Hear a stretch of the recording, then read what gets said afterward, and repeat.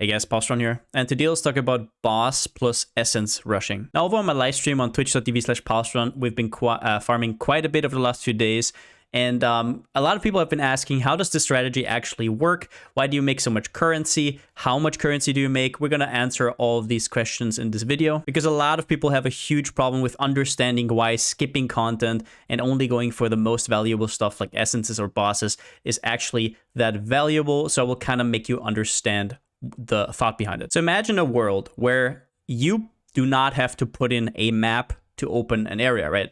It would be like, I don't know, going to any area during the campaign, just resetting the instance and getting all the mobs in there for free. Now, I'm pretty sure in that scenario, you would understand that everything in there is free, and therefore it doesn't matter if you skip stuff, you just go to the stuff that's worth the most. So for example, what people used to do is quarry farming, right? So you have a league mechanic that's worth a lot, and all the mobs in there aren't really worth that much. So you have a good layout that you can easily scout for whatever league mechanic you want, right? And once you find it, you port out and you reset the whole layout. And you do that over and over, and you're gonna make a ton of currency. And if you would kill all the small mobs, that would be so much time, and there wouldn't really be anything dropping. So why would you? Now imagine that would be the same case for maps. Usually it isn't, right? Because you have investment into a certain map. Let's say you invest like chisels, you invest scarabs, you invest sextants.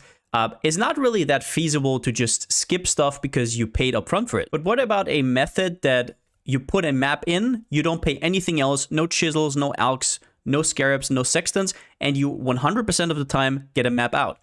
Well, in that case, you would pay nothing for the map. And this is important to understand, because what we're about to do is skip everything in a map other than two things. Number one, the boss, and number two, the essences on the way. And the reason we're able to get away with it is some of the new introductions, especially the Atlas passive tree, but also the reworked Atlas. But before we start with the Atlas passive tree, you have to understand where our currency actually will come from and what these bosses actually do. Now, number one, whenever you complete a map, you get progression towards either Searing Exarch or Eater of Worlds. And after you complete those 28 maps, it's actually less, we'll talk about it, you will get one of these, and after 14, you will get one of these. And these sell for quite a lot of currency, depending on when you're watching this. And basically that gives your maps inherent value. Now, furthermore, your currency will come from stuff like Conqueror maps, Elder maps, Shaper maps, and also Synthesis maps up to Cortex, which all have a percentage chance to drop, which we will enhance further with the Atlas passive tree.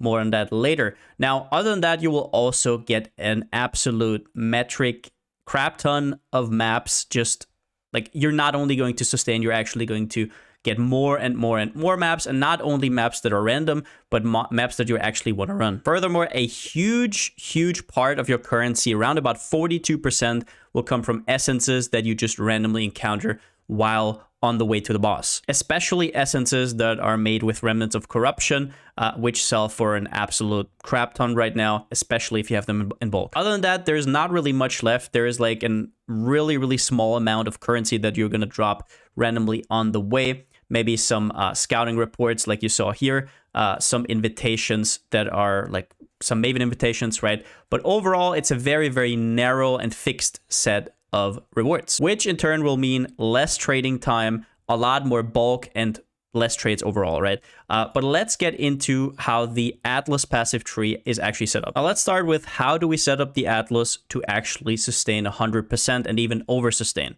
So the key to the strategy are the small passive points on the Atlas passive tree. And those 2 points are, number one, most importantly, 2% chance for an additional connected map to drop from map bosses. Now in total, if we look at this up here, we have all the points, and we get a total of 70% chance for an additional connected map to drop from map bosses. This will mean that whenever you kill a boss, you have a guaranteed 70% chance that whatever map it will drop, it will be a connected map, which we're going to abuse later. Now, what I can say from personal experience is this is a lot higher, because the boss has an inherent chance to drop a connected map as well. I'm not really sure how big that chance is, but what I can tell you is I started out with 100 maps, then I had like 140 after I did all of those, then I had 190, and now currently I'm sitting at like 300 or something maps. And the reason it is important that this is a connected map is basically the way the Atlas is set up and the way the favoring system works. So you might think that's a pretty low chance to get the map that we want, but the thing is that chance to drop a connected map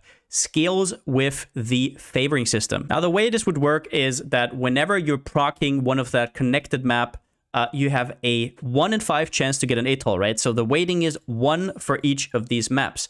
But what happens is if you favor, for example, let's say 8 times atoll, that means that there is an extra weighting of 80, basically making it almost impossible for anything but atoll to drop. So that would mean that out of 85 connected map drops, 81 of them will be the map that you want. Now, we're not done though, because there is more to it. The second important small node is the map drop duplication nodes, which give you 0.5 chance for map drops to be duplicated, which in total you can scale up to 18.5%. We went with 18% because the last point here would cost us 3 points. So we decided against it. But so that means that now whenever you drop that connected map, you also have an almost 1 in 5 chance to then also double it. On top of that, you also get a lot of random map drops to sustain. So in total, what this about works out is that if you put in 100 maps, you're going to get round about 130 to 140 maps back. Not only that, but we're cheating even more with shaping the seas.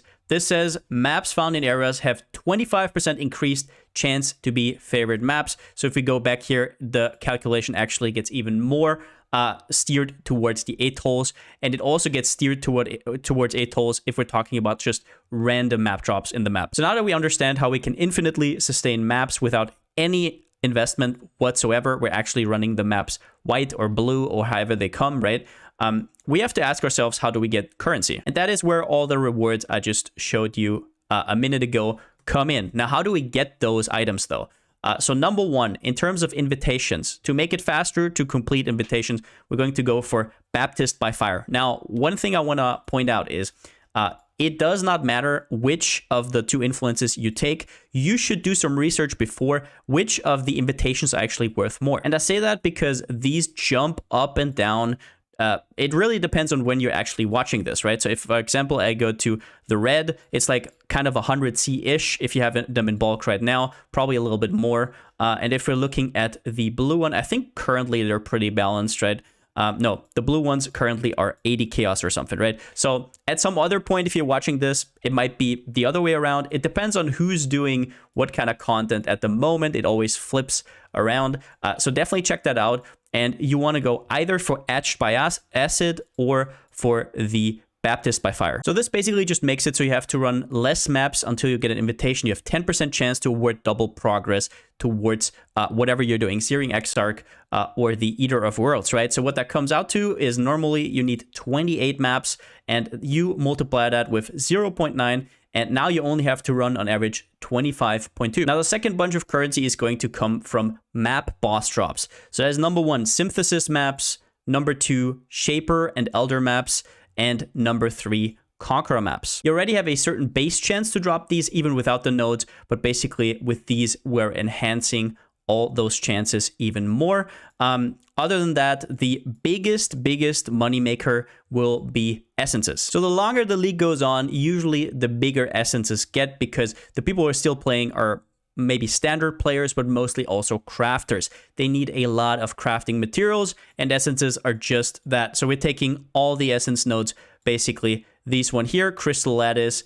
We're taking Crystal Resonance to get the double essence, right? And obviously also amplified energies. And at the end, also that's also extremely underrated is master missions. So people are going out of their way to get Alva master missions, right? They're even applying sextants that cost like 40C or whatever whenever you're currently watching. But what you can get is, since you're completing so many maps, you can just get straight up chance to complete Alva or chance to complete Jun, whatever you want, chance to complete Nico. And if you look at my master missions right here, right, they basically speak for themselves. So there's also a lot of hidden currency within that. So what I will say is most of these points are completely best in slot, but if you want to play around with it a little, you can also replace Alva with one of the other master missions if you so choose to. Or if you want Alva and, for example, Jun, you can also replace maybe 2 of these points. Now, something I want to make clear here, I will explain why I'm going for these, but that does not mean that you have to go with those maps. There's a certain reasons why I go with those, but that doesn't mean that you cannot run layouts that you like. For example, a lot of people are doing cemetery coves. I personally think these two are better for my strat, but that doesn't mean that you can't do them. It also doesn't mean that you can't just take 2 random maps. Just be careful, because if the maps are if the map bosses are phased, that will increase the length of the map drastically. If it's a map that is very hard to read, it's very hard to get the essence, right? You don't never know where it is, then that will drastically decrease the amount of currency you'll make per hour. So first up, let's talk about Atoll. Atoll is our main map. Arcade has a different function. So Atoll, we're just going to throw it in and show you why this map is so good for this strategy. Now, Atoll is incredibly good because the essences are usually in the middle part of the map most of the time. As you can see here, we can also corrupt them if you want to, right? Maybe we get lucky with an upgrade or something. We pick all the essences, and we also drop the random Atoll back. But now we're going to go up. Nothing really interests us otherwise, right? We go up, we go up. We don't even do the rituals, and we're at the boss. And we're dropping a invitation and an arcade map, right? So we got 3 maps back, or 2 maps back, plus the invitation and the essences, right? So what happened in there? Let's reevaluate this. In the middle, there's usually going to be the essences. So the way that I showed you up here, this is where the portal was, and we went up here. In this region, either in this region or in this region, usually is going to be the essence. Sometimes there's a pocket in the middle where there's going to be the essence, but that's rather rare, right? Now, there is a few other spawning points for essences, and they're kind of like, sometimes they happen, but that's just whatever, right? You just throw in the next map. Like I said, it doesn't cost you anything, so there's no reason going around the map. So I'll show you some other spawning points that sometimes happen. Overall, it's just not worth it. So sometimes there's going to be an essence here. Sometimes there's going to be an essence kind of here. So that is also why when you get into the map, you want to kind of like lean like this, maybe a little bit this. So you see this spawn point as well. Sometimes there is an essence here. All you need to know is that once you see the essence on the minimap, you go there, right? So you only have to go as far to actually scout that essence. So let's say, for example, you come in, you do like this, this, and then you go up, right? If there's no essence, you just move on. Now, there's also a spawn point, I think, kind of here. And there is a spawn point up here, but this is not the layout for it. There can be a bigger pocket right here. So sometimes it will happen that you will just not encounter any essences, but it's still not worth scouting for. So if you go up here and you don't see any essence, whatever, you go to the boss, get your free map, next try, right? That's basically how Atoll works. Our next question is, what about arcades? Now, arcades are only there to provide us with more Atolls. You're still going to make currency per hour, but it's going to be only half of what you'll make from Atolls because they are going to be a little bit longer. The reason we have to run arcades is, if you look at this, laboratory, absolutely garbage. Bazaar and arcade are kind of like similar. Infested Valley has a phased boss, so it's going to take forever. So basically, we have to decide between arcade and bazaar. And the only reason I go with arcade, they are basically the same layout. The reason I go with arcade is because you don't have to go into the boss room, which will cost you another 3 to 4 seconds. But let's try out an arcade real quick to show you what the map is all about. So basically, this layout is going to be a lot worse than Atoll, obviously, but we have to make do just to sustain our Atolls back. So we still scout for an essence. Now, the thing is, I would say once you see one essence, you can basically rush to the boss. The boss is always going to be up there. It's kind of, you'll get the gist of this layout pretty quickly. We found the essence, so we're going to corrupt it. Maybe we get a corrupted essence. We did not, but we did get 2 deafening essences. Now we're going to go straight to the boss, which is going to be up here, and it's these 2 bosses. And once we have them finished, we get back our Atoll map, right? So as you can see, this layout not as smooth at all, but it's still like a necessary evil to sustain your Atolls and overall worth it. Now, a combination that a lot of people are running right now is Co-Cemetery. And probably the most asked question is, why you're not just doing that, right? Do you just want to be hipster? It's not just because of that, but that's also a reason, right? Obviously. But basically, Co-Cemetery are also next to each other, and they have quite good layouts. So why not just do those? Now, the answer has to do with essences. And the problem with Coves and Cemetery is there's not really, you don't really know where the essence is, right? You definitely know where the boss is in Coves. But so number one thing is there is actually a way to know in Coves where to go. And I will not expand on it because I'm not doing it myself. There is a Reddit thread out in how to know where the boss actually is. But TLDR, if I do 1,000 maps plus per day, I do not want to think about where to go. That is why Atoll is so strong for me. You'll get tired really, really soon. It will be annoying really, really soon. If every single map you have to scout first where the boss is, Atoll is just straight up to the right, you're there. So that actually makes quite a bit of difference. Number 2, even if you go straight to the boss up here, there is no guarantee that you will actually hit the essence as well, right? The boss was actually here. I made a mistake. So now we're at the boss. Cool. That was very, very quick. But we just missed the essence. And why that is so big, I will show you once we talk about how much currency we made and how much of that is actually essence. So in order to find the essence, I would now have to go through here and find it over here. I should have corrupted those, but whatever.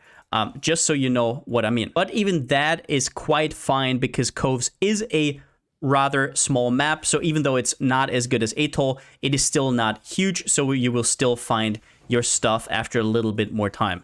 But the problem is Cemetery. So Cemetery is not as easy to figure out. If you go into Cemetery, you don't really know where you have to go, number one, for the boss. So you kind of have to do like a 50-50 depending on your layout. So a lot of the time, the essence is not going to be in the middle here, but it's going to be somewhere on the outskirts. So you have to kind of get into these like places on the outside. You kind of have to go along the outside, and then you have to at some point find the boss. As you can see here, we're wasting so much time, and now we found the boss, but we only found the essence like on average like 50% of the time, because there's still like half of the map unrevealed, right? So if we didn't find the essence, we would now have to go up, and then it's maybe like here. Oh, okay, so it's here. So Cemetery is basically the main problem of this strategy. I think Coves overall is pretty strong, almost as good, I would say, as Atoll, but the connected map, not that much. So overall, Coves, pretty good. Cemetery, not so much. I personally prefer Atoll, not having to think about any layout, plus the arcade. Arcade is a little bit more painful, but in my opinion, still not as painful as Cemetery. But once again, depending on your preferences, you won't really feel much of a difference whatsoever. Just run what you want to run. Now, how do you actually roll your maps? That's an interesting one. So what I did is I had like 100 maps at the start.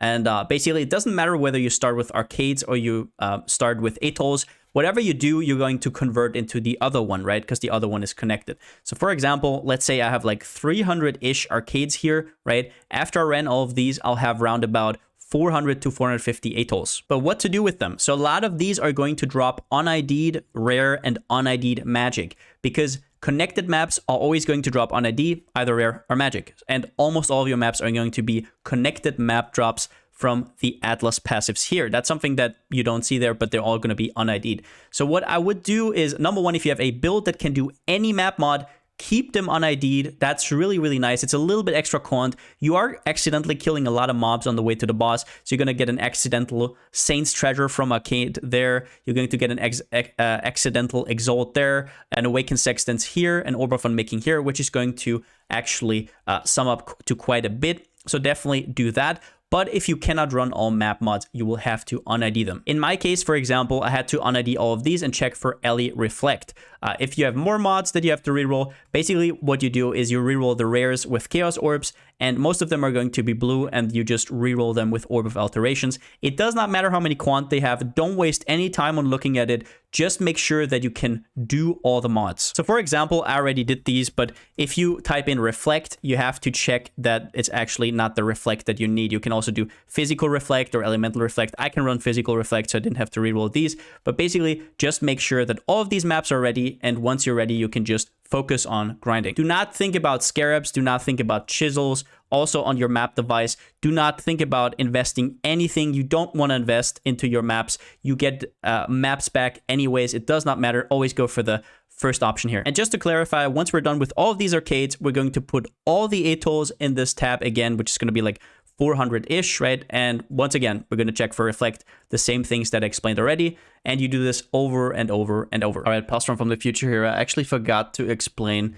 essences a little bit more, right? Because we definitely do want to corrupt. This will increase your currency power substantially. So what you do with remnants is you basically apply them to an essence. I will show you how in a second there. But what you can get is, number one, you can transform certain essences into corrupted essences. And the reason that's good is because these are worth significantly more than normal essences. We're talking like 10 to up to 50 chaos in bulk, for example, for an essence of horror. Now, the only essences that you can transform into these are Dread, Misery, Envy, Scorn.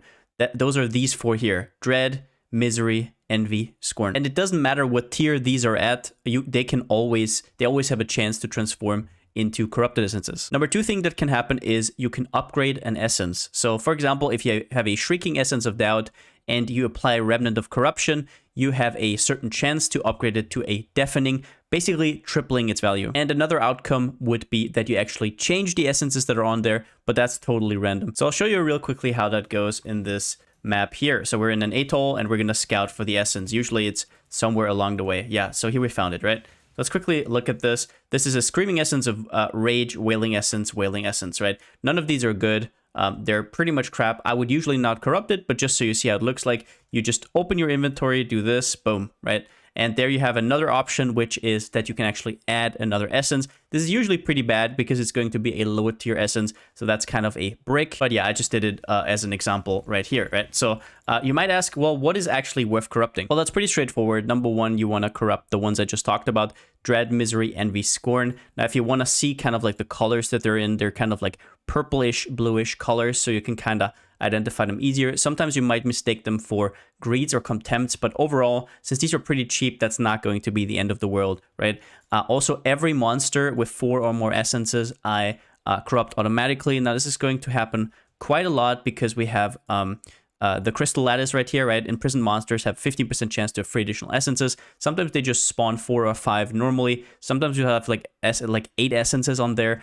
Those are basically always worth corrupting. That's not completely true, but in my opinion, if you would scout which essences there are every single time, that is too much of a time waster, and remnants are not that expensive, right? So just whenever you have 4 or more essences, corrupt it. But how much currency did we actually make so far? So as you can see here, essences, number 1 winner right here for a total of 67.59 exalts, which amounts to 42.4% of the total profit, which will be 159 exalts. Now, it's not only important to know the total exalts, it's also quite interesting to see how much percentage each is. So invitations, around about 37 exalts. Synthesis maps are actually not that big of a surprise, right? Because Cortex is just carrying big times. Conqueror maps, also not really surprised. Elder maps and Shaper maps behind. I was actually surprised just how many T16s this actually spits out. You're over-sustaining by so much, and you're just getting random maps along the way. Now, random currency is 4.67 exalts. This is basically just this tab here. We didn't drop a single exalt. This is mainly just Awakened Sextons, Orb of Unmakings, stuff like that. Now, going back to this chart here, we also have other drops, which is basically like blueprints. What's the other one? Scouting reports, yeah, stuff like that. Then we have Maven invitations, which also just randomly drop, and also Polaric invitations, which are the small invitations. So profit total 159.09 exalts. Now, how much did we invest? Because obviously there was an initial investment. Initial maps we bought for a total of 4 exalts. Now, this was way too much. I basically bought 100 atoll maps, which shouldn't have been this much, but it was just very hard to get them, right? Remnants, but in hindsight, the thing that you should have done is start with arcades, because they're very, very cheap, and then you transform and you convert them into atolls anyways, right? Now, remnants, 8 exalts, which is a huge investment right here. We didn't use all of them, but I did in the calculation include what these are worth, so I have to like count them against, right? And then we also have rerolls, which is basically just chaos or alterations. Now you can basically remove this if you have a build that can do everything. We cannot do LA Reflect, so we had to reroll a little bit. So our initial investment was 13.3 exalts, so total profit is 145.79 exalts. Now in total, that means we did 1,195 maps. Now if you're kind of curious how I know that I did that many, that's basically just because you have your invitations there that you got, so you kind of know on average it takes 25.2 maps, so you just have to multiply it by this amount. So 1,195 maps is what we ran in 13 hours, which equates to 91.92 maps per hour, so under a minute. Now you can definitely get this time up. We were basically doing this on stream. I was talking a lot. You can definitely do 2 maps per hour, which would result. You can definitely do 2 per minute, which would result in 120, and you making a lot more exalts. But basically, the currency per map came out to 0.122 exalts, and do not forget that almost half of that was 1 or more essences. So as I said, that translates into a currency per hour of 11.2 exalts for us. Time played total 13 hours. Now, something I want to make clear here is that not every build can do this. My build is tailored towards doing this kind of content. So that is why I can do 90 maps or 120 maps per hour, whatever you want. So once again, this build is just very, very fast. It's at the boss in the blink of an eye, right? But if you take like double as long, it will take a lot. You will make a lot less currency, right? So basically what you have to understand is if you're just going in with a slow character, you're not going to have a good time here. Now, the thing is, with this kind of margin, you can still go in and make a very solid 5x per hour if your build is a little slower. Overall, I did this with my Lightning Warper. Maybe check out the build guide if you're more interested in. It will make you a ton of currency. But what is the conclusion of this, and what have I learned while doing the first 13 or something hours? We're going to do way more of this, but let's talk about a few things. Number one, not doing essences is kind of troll. I know some people are like, oh, essences, there's dropping so many, nobody wants them, right? And I'm just like, I don't even know what they're saying, right? Omniscience is huge this league, so everybody wants stat essences, Zeal's mana efficiency essences. Basically, everybody's buying essences at this point, and it doesn't matter how much you pump into the economy because crafters are going to buy them all up. Essences are incredible right now. Number two, having the right build is instrumental, like my Lightning Warper, for example. There's also movement speed builds out there that are very good for this. The thing that I like about Lightning Warp is it also kills mobs on the way to the boss. So there's going to be a lot of accidental drops from that, which kind of feeds into all of that thing. But you can just play whatever you want as long as it's fast. Then we have alking is not worth unless you can run every mod. Basically, as I showed you, it's not really worth scouring all of them. A lot of them are going to drop as blue maps, right? So you don't want to have to scour all of them, then alk all of them, then have to like look for the mods that you cannot run. Just run them however they come. You will have to un-ID them though, and you will have to scout if you are not able to run reflect maps, right? You will have to do that. What you can do as well, some people are going to do this. I don't do it because I like my XP, is some people are actually just don't care about it at all, and whenever there's a reflect map, they just don't care, right? They just go on. Overall, it won't really matter for your sustain. I just don't like dying that much, so I didn't go for it in the end. And then we have at the end, and this is the most important part, don't get distracted by stuff. Stick to essences and bosses. And what do I mean by that? There is going to be legions. There's going to be breaches. There's going to be blights. Everything like that is going to distract you from your main objective, and it's going to decrease the amount of currency you can make per hour. You can trust me on that. Those are not worth as much as essences and bosses, because essences and bosses don't take like 20 seconds to complete, right? In the time that you complete a legion, you could have already run another map. Just always think about that. Don't get distracted. I know it's hard to not go for the free loot, but you have to realize that everything you have in your map is free anyways, so why go for stuff that's not worth as much? But yeah, overall, I love this strat. I love blasting. I will be continuing this strat for at least a few days. I will get to at least 100 invitations total. But overall, I hope you like the explanation. I hope now you understand more on why a lot of people are doing this right now. And yeah, see ya. But that's it for the video. If you liked it, give it a thumbs up. And if you haven't already, subscribe. As always, a huge shout out to my Twitch subscribers and my Patreons. I couldn't do stuff like this without you. Thank you so much for the support. But yeah, overall, a ton of fun. I still have all of these arcades to run, and then we're going to transition into atolls, and we're probably going to have like almost a quad tab full. It's going to be a lot of fun. Once again, if you want to run Cemetery Coast, that's fine. But I think that just thinking about layouts and stuff all day is very, very annoying, especially if you have a long gaming session. But whatever you like, right? With that being said, since I still don't have a slogan, see you next time.